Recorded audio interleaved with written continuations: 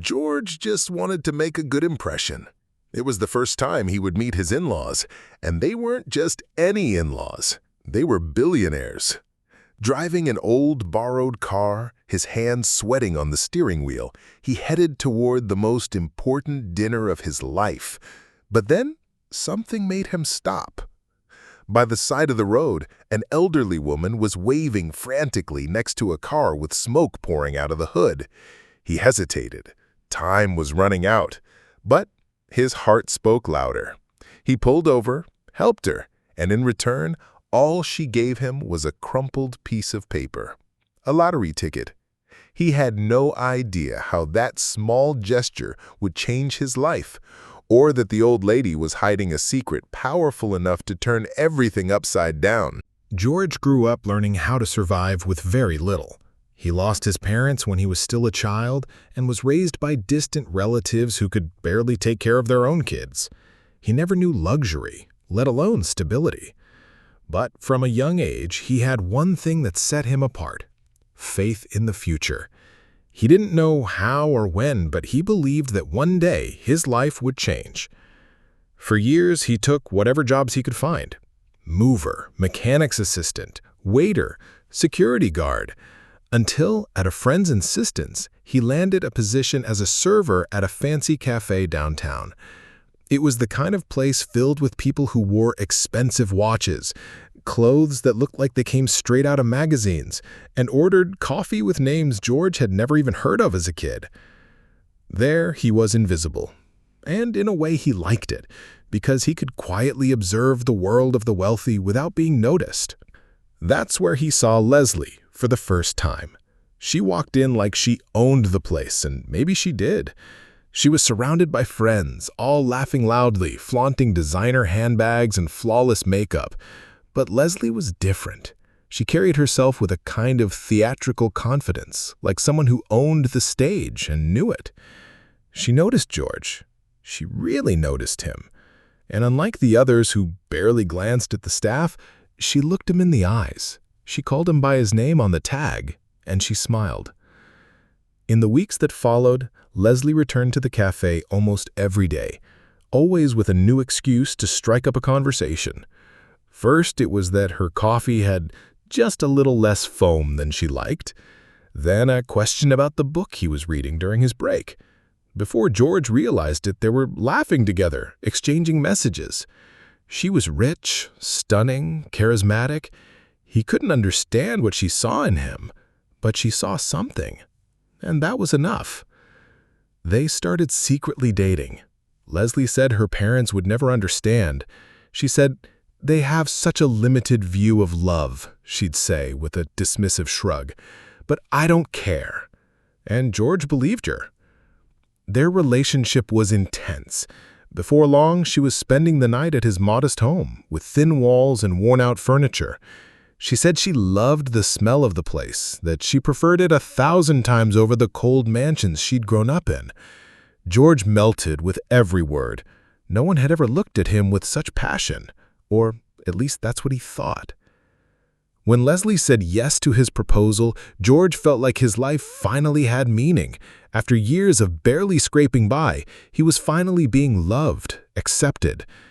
The next step was meeting her parents, and although he knew that would be a challenge, he was ready to face it. On the day of the dinner, George woke up nervous. He had picked out the best clothes he owned, a light blue shirt, carefully ironed, and a blazer he had borrowed from his cousin. The car was borrowed too, old, noisy, with the gas tank nearly empty, but still enough to get him to his in-laws' house. He left early. He wanted to arrive ahead of time, to show responsibility. But halfway there, his heart betrayed him. He saw an elderly woman alone on the shoulder of the road, standing beside a car with smoke coming out of the hood. Her hand waved weakly. People were just driving by. George hesitated. He checked the time. He was cutting it close, but something about that image bothered him. His mother, if she were alive, would be about that age. He couldn't keep going. He pulled over. "Are you okay, ma'am?" he asked as he approached. "I think the radiator burst. "I was just on my way to church," the old lady replied in a tired voice. George took off his blazer and clean shirt, laid down on the ground to check under the car, patched up a quick fix, and managed to get the engine running again. The woman smiled, moved. "You're an angel, son, an angel." "I just did what anyone would do," George said shyly. "No, my boy, no one else stopped, only you." She opened her worn-out purse and pulled out a crumpled piece of paper.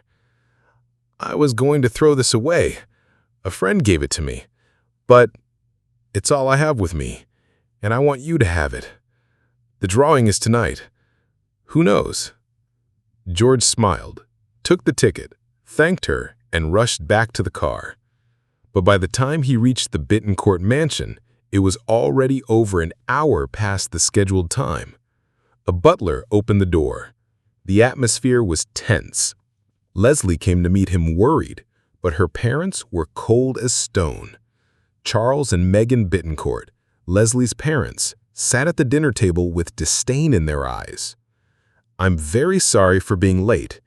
Something happened on the way," George began, trying to explain. "There is no excuse for disrespecting commitments, Mr. George," Leslie's father said firmly. "When you agree on a time, you stick to it." "I understand, but there was a woman on the road. She was alone, her car had broken down. I couldn't just leave her there. It was dangerous." Leslie's mother interrupted with a sarcastic smile. "You're trying to move us with a sad story, aren't you? Hoping it will make you seem noble." "I was just trying to help," George replied, doing his best to stay calm. Leslie's father leaned in, his gaze sharp. "A man who doesn't honor his commitments, no matter how noble his excuses may sound, is not the kind of man I want for my daughter. But it's your life, Leslie. Do as you wish." George swallowed hard. Leslie stayed silent, and the dinner ended in a deafening emptiness. That night, George went home with a heavy mind. He had done the right thing, but at a high cost. He was exhausted, frustrated, ashamed. He threw the blazer on the couch, took off his shoes, and just as he was about to collapse into bed, he felt something in his pocket. The ticket. He almost laughed. It felt like a joke. Still, he turned on the TV. The lottery draw was already underway. The numbers started appearing on the screen. One by one, and one by one, they matched the ones on the ticket in his hand. He blinked. Looked again. The numbers were right. All of them. George dropped onto the couch. His breath caught. For a few seconds, he couldn't believe it. It was like the world had stopped. He had won the grand prize, $1 billion, an amount he couldn't even comprehend, a staggering fortune. In seconds, the life he knew had changed forever. But instead of shouting or celebrating, George remained still, silent, a deep, overwhelming silence pierced by a single certainty. That prize wasn't his. Most people, after winning millions overnight, would lose sleep making plans on how to spend it all, let alone winning $1 billion. But George didn't sleep for a different reason. He sat on the couch the entire night, holding the ticket in his hand, staring at that piece of paper as if it carried the weight of an entire life. A life that wasn't just his. The image of the woman on the side of the road wouldn't leave his mind. Her frailty, her kind smile, that simple gesture. She had handed him the ticket like someone giving away a candy, a silly little thank you. And now it was worth a fortune. George ran a hand over his face, nervous. He had grown up with very little, but never with bitterness. He was a simple man, but with solid values. And there, in the silence of the early morning, a conviction grew inside him like a scream trapped in his chest. He needed to find that woman. He needed to give back what was rightfully hers. It was the least he could do. The next morning, Heart still racing, George tried to recall every detail of their brief encounter. He remembered the car, the kind of scarf she wore, the way she spoke, but one particular detail stood out. On her dashboard, he'd seen a colorful flyer with the name of a church. He remembered the logo, a golden cross over a navy blue background, and a name, Church of Santo Cristo. With a quick search, he found the location. It was in the next neighborhood over, just 15 minutes away. George didn't wait. He changed clothes and went straight there. The church was small and welcoming, with wooden pews worn by time and stained glass windows that let the light in like magical beams. George entered shyly, his heart pounding. A pastor approached, and George explained what he was looking for. "I'm trying to find an elderly woman. I don't know her name, but yesterday she was by the roadside with a broken-down car and had a flyer from this church.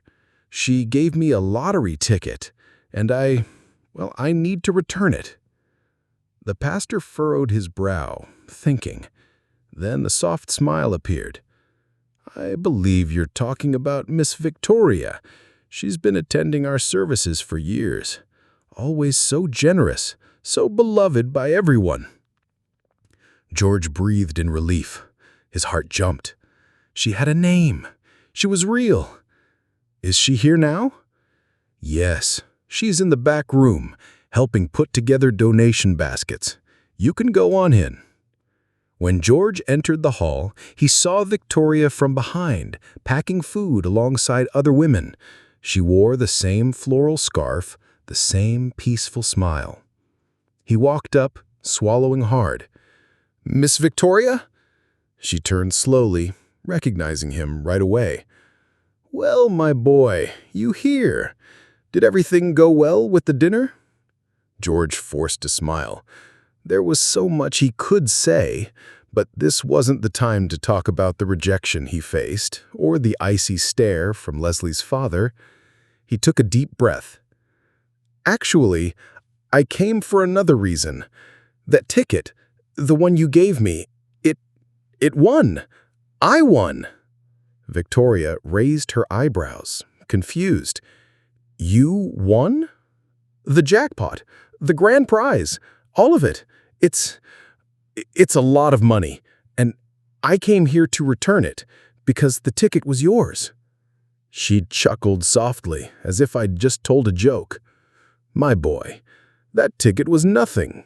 A friend gave it to me. I didn't even know where I'd put it. I gave it to you because I wanted to, from the heart. Now listen, if the universe meant for you to win, then it's yours." "But it's not fair," George said, eyes welling with tears. "That was yours. Life gave this to me because of you." Victoria reached out and gently touched his hand. "George, listen closely. Not everything that happens to us is meant for us to keep. Sometimes life uses us to touch other lives. If you won that prize, it's because you're meant to do something greater with it. And I believe you'll know exactly what that is." George was speechless. He had expected to find a scared or greedy old lady, but instead he found peace, a serenity that melted away any resistance. That moment was the beginning of an unlikely but powerful friendship. In the days that followed, George began visiting Victoria often. They would talk for hours about everything. He was amazed by her wisdom, by the lightness with which she carried life, even without much in the way of possessions. She lived in a modest little house, with few clothes, few pieces of furniture, but a spotless garden and a bookshelf full of poetry. "I don't need much to be happy," she would say. "I need truth, connection, and faith." George felt like he was being healed, as if the weight of his difficult life, the humiliations, the abandonment, was slowly dissolving in the presence of that woman who, with so little, had so much to offer. Then, one cloudy afternoon, As they sat on the porch drinking tea, Victoria decided to open her heart. "Can I tell you a secret, George?" He nodded. "I had a daughter, beautiful, intelligent, full of dreams, but she traded me for comfort. Her husband, a billionaire, gave her an ultimatum. Either she abandoned me or he would leave her.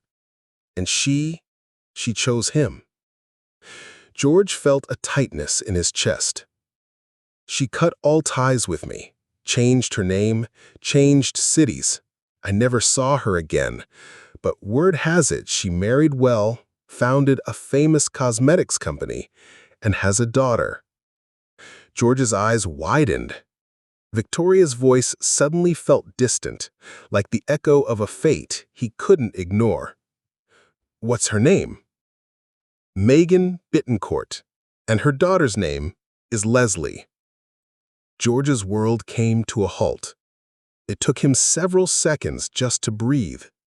The pieces of the puzzle were clicking into place in a terrifying way. "Leslie is your granddaughter?"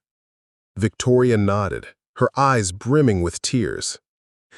"I've never met her, but I heard she's turning 21 in a few months, and that her paternal grandfather, before he passed, left a clause in the will. She only inherits the fortune if she gets married before that age." George closed his eyes. It felt like the ground had just been pulled out from under his feet. The whole story, the entire romance, everything he had lived with Leslie, now felt like part of a carefully scripted play, and he was just a character. George went home in silence, as if carrying the weight of two worlds colliding on his back. His heart was beating far too fast. Victoria's revelation echoed inside him like a muffled scream. Leslie was her granddaughter, and she didn't know. Or did she? George tried to push the thought away. He wanted to believe it was all just a strange coincidence, that Leslie, with her shining eyes and whispered "I love yous" in the dark, truly loved him, that she didn't know anything, that it was all pure. But an uncomfortable doubt began forming in his mind like a crack in glass. What if it had all been planned? He tried to shake the idea, tried to convince himself he was overthinking, but a part of him screamed for the truth. He couldn't move forward with this story until he was sure. The next day, George decided to go to Leslie's cosmetics company.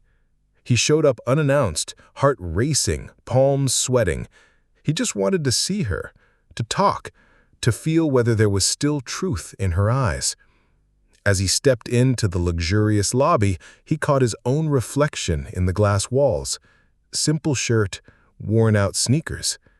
Everyone around him wore expensive suits and strong perfumes. He looked out of place, but he didn't care. He walked up to the front desk and asked for Leslie. The receptionist, in a rush, asked him to wait and went to check if she was available. George wandered into a side hallway and, instinctively, approached a glass-walled meeting room. Inside, Leslie was speaking animatedly with another woman, beautiful, elegant, with the aura of someone who had it all under control. He didn't want to hear, but he did. 3 more months, Amanda. That's all that's left. As soon as I turn 21 and that inheritance hits my account, I'll find a way to get rid of him. George felt the world spin. "And you really think he'll just take it quietly?" Amanda asked. "He's way too sweet. The kind of guy who thinks love conquers all," laughed. "Can you believe he actually helped some old lady on the way to dinner? That's why he showed up late. I even thought it was cute, but honestly, what a sucker." George took a step back. "And after that?" Amanda asked. "After that, I'll do whatever I want. The truth is, none of those preppy guys in my circle wanted to marry me. Those idiots only care about fun, not commitment. George was the perfect solution. Simple, grateful, and totally easy to manipulate."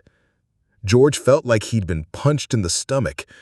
The woman he loved had never loved him.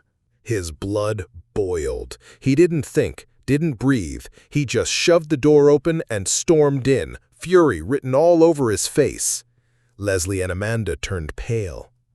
"George, what are you doing here?" "I should be asking you that, Leslie," he said, his voice steady but trembling with pain. "How long were you planning to keep up this act?" "What act? What are you talking about?" "Don't pretend, please. I heard everything, every disgusting word that came out of your mouth." Leslie tried to regain her composure, but it was too late. The mask had fallen. "Listen, I can explain." "No, you can't," he cut her off. "I was just a pawn, wasn't I? A loser, as you called me, a stepping stone to your fortune." Amanda tried to slip out quietly, but George didn't even notice. He stared at Leslie like he was seeing a stranger for the first time. "And you know what's even crueler?" he continued. "You did all of this knowing your grandmother is alive, knowing she exists, that she cries for being left behind." Leslie turned ghostly pale. How do you know about my grandmother?" "Because I was the one who helped her on the road that day. She was the one who gave me the lottery ticket, and she was the one who told me everything without knowing I was your fiancé." Silence fell over the room. Leslie sat down, as if her legs had lost all strength. George, now calmer, spoke in a quiet voice. "The lottery money, it's not mine. It's hers. And even so, she refused it. She said the universe gave it to me because I needed to do something greater with it. And now I know what that is." He turned his back and walked out, leaving behind the dream of true love. In the days that followed, George withdrew. He needed time to heal. He had a long conversation with Victoria, who was shocked to learn the whole truth, but also showed incredible strength when she heard how her own granddaughter had spoken about her with such contempt. "I tried to hold on to love for her, George, but maybe life chose another path for me. Or maybe she still needs to get lost before she can find herself." Victoria gave a sad smile. "Maybe." That's when George made his decision. The money he had received wouldn't be used for revenge or to show off. He would do something good, something worthy of Victoria's gesture and the lesson she, with her humility, had taught him. He would start a foundation.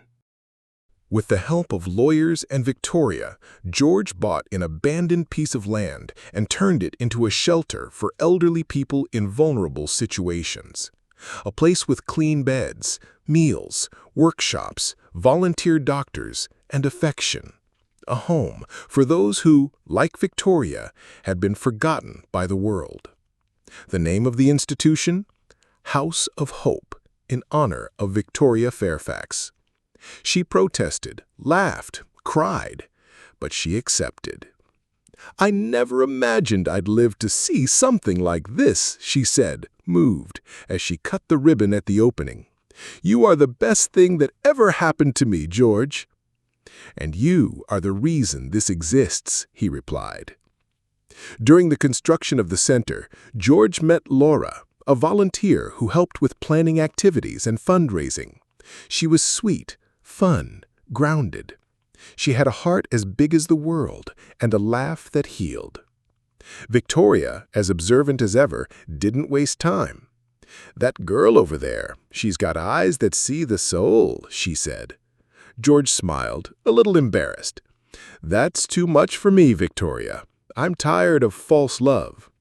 "Then it's time you met a true one."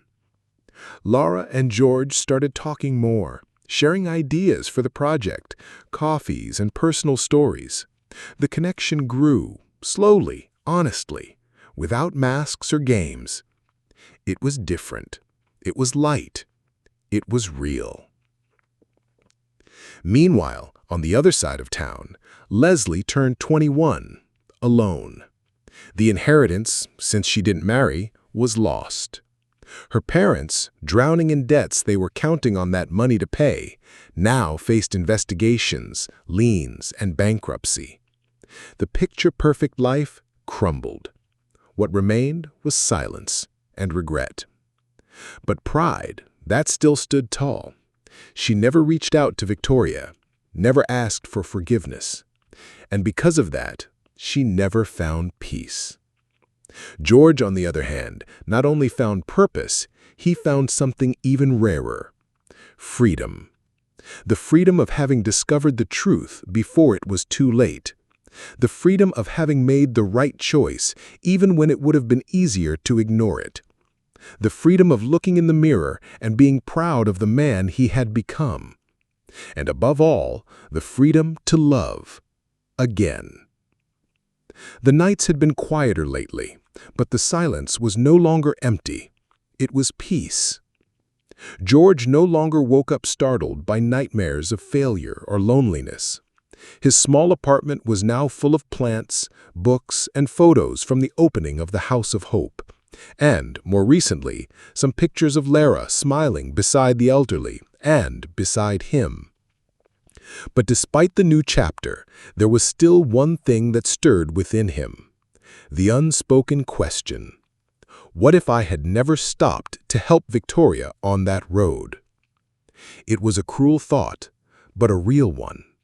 If he had simply continued on to the dinner, if he had left the old lady there like so many others did, he would have married Leslie. He would have walked into a fake marriage driven by interest, manipulation, and lies. He would have handed over the fortune to the wrong person. He would have been used, and worse, maybe he never would have known. That thought made George shudder. Victoria, without knowing it, had been his guardian angel. He saved her car. She saved his soul. On a warm Sunday afternoon, George and Lara sat under the shade of a tree in the garden of the House of Hope. The elderly played around them, some playing dominoes, others reading, laughing, sharing stories. Victoria was among them, with her trademarked floral scarf and a soft smile. "You realize all of this started with a small gesture," Lara said, holding George's hand. "A stop on the side of the road?" George nodded. "And even so, I almost didn't stop. I almost thought only of myself, the dinner, the schedule. What if I had just kept going? Then you wouldn't be the man you are today, and maybe I wouldn't even be here." George smiled. He felt whole. For the first time, he didn't need to prove anything to anyone. He didn't need to play a role. He was himself, and that was enough. That same week, Victoria received a letter. It had no return address, but she recognized the handwriting from afar. It was from Megan, her daughter. The content was brief, cold, almost robotic. "I heard about the shelter. Congratulations. I hope you're well. You don't need to look for me." Victoria read the lines 3 times, searching for something that might not be there. An apology, regret, a sign of reconciliation. But there was nothing. Just pride. She folded the paper carefully and tucked it away in a drawer. She didn't feel anger. She felt grief. Grief for a relationship that might never return, for a daughter lost in her own mirrors, for a granddaughter who had chosen a dark path even when the light was so close. That night, she sat with George on the porch of the institution. The courtyard lights illuminated peaceful faces, and she said, without drama, "Some people need to hit rock bottom before they start to climb back up. Maybe one day she'll understand. Maybe not." George looked at her tenderly. "And when she does, will you still be here?" Victoria took a deep breath and replied with a smile, "I've always been here." Meanwhile, life went on. The House of Hope grew, received donations, and gained media attention as a symbol of new beginnings. George quietly donated a large part of his fortune to similar projects in other cities. He never wanted fame. He just wanted good to multiply. Laura became his partner in everything: the project, life, love. The two completed each other in a calm, deep, serene way. So different from the hurricane that had been Leslie. It was as if, after walking through a field full of traps, George had finally found open ground to plant something real. One night, sitting on the living room couch, Laura asked, "Do you still think about her?" George didn't hesitate. "I do, but not with bitterness. I think about her like someone looking at a bridge that almost collapsed while we were on it, and feeling grateful we turned back in time." She smiled. "Sometimes the falls show us where the ground really is." George squeezed her hand. "And sometimes the fall pushes us to a place so much better than we ever imagined." At that very moment, across town, Leslie sat alone in her parents' former mansion, now empty, up for sale, consumed by debt and bitter memories. The luxury was gone. The staff had left. The furniture had been pawned. And her parents no longer left their bedroom. She stared at her phone, scrolled through social media, stopped at a post about the House of Hope. A picture of George smiling beside the elderly, Victoria's strong presence. It was all there, visible, unreachable. She didn't like the post. She didn't comment. She just looked and cried.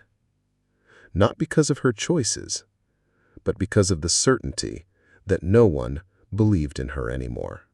The months went by, and the institution continued to grow in success, helping more and more people. George walked through the halls as if walking inside a dream. There was no luxury, but there was dignity. No sophistication, but there was purpose. Every wall carried a story, and every story began with him saying, "You matter," no matter where you came from. And always by George's side was Laura. From the very first night she stayed late to help him serve soup, to the present day she was his partner, his quiet strength, his love. She organized events, managed volunteers, and with her contagious smile won over everyone who walked through those doors. One day, after a group effort to clean and organize the institution's courtyard, George stood before Laura, his hands sweaty and heart racing. The sun was setting on the horizon, painting the sky in shades of orange. In his hands was a simple velvet box, but it held more than a ring. It held promises, gratitude, and a future. "Laura," he began, eyes misty, "you changed my life. You believed in me when I didn't even believe in myself. Will you be my wife?" She smiled, without hesitation. "Of course I will, George."